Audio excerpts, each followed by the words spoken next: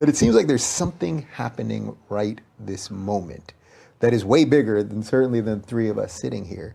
When did you start tracking it? Early 80s. The Reagan transition was very violent, very interesting. And the university system was the first place that I was able to notice that the institutions contained fundamental structural lies, that they'd been built in a different time, and they required growth that could no longer be supplied. And so, Can you give me an example of what that means?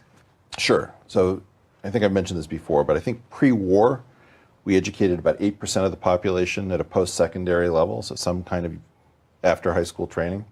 And then we went to about 50% of the population. So that's a huge expansion in a very brief period of time from 1945 to about 1970.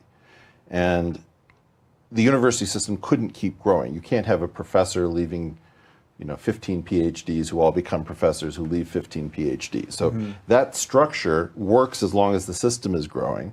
And as soon as it hits steady state, then you go from saying one professor should leave 15 students to one professor should leave one student over a career. Well, that doesn't work because you need the students to do work under the professor.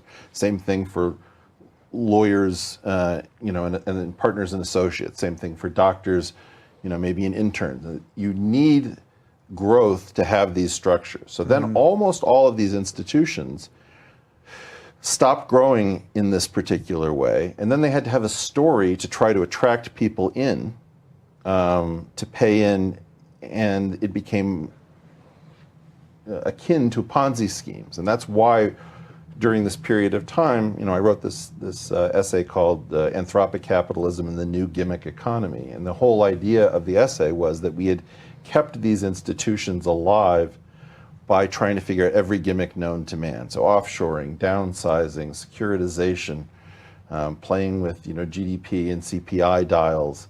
All of these sorts of games were used to try to squeeze a little bit more as if growth out of the system so that nobody would have to confront the fact that the whole thing had become, in some sense, pathological. And my belief is that with the end of the baby boomer bubble, if you will, which is a very long-lived bubble, it's not like a short, Bitcoin-style bubble, what you have is a situation in which the narrative is unsustainable.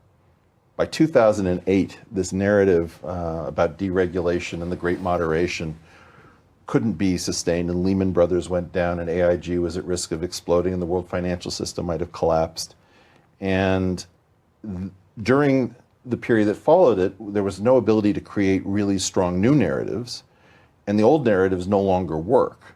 And so what you're seeing is a little bit that the institutions treat us almost like an infection, but their immune system has weakened. And so even though maybe YouTube isn't thrilled with us on its platform, and Twitter may not be thrilled, and maybe the intelligence community is worried about things getting incoherent, and media doesn't like the competition in sense making, so far they haven't really tried very hard to stop us, although I think that can change. And these new ideas are really just the ideas that were being suppressed.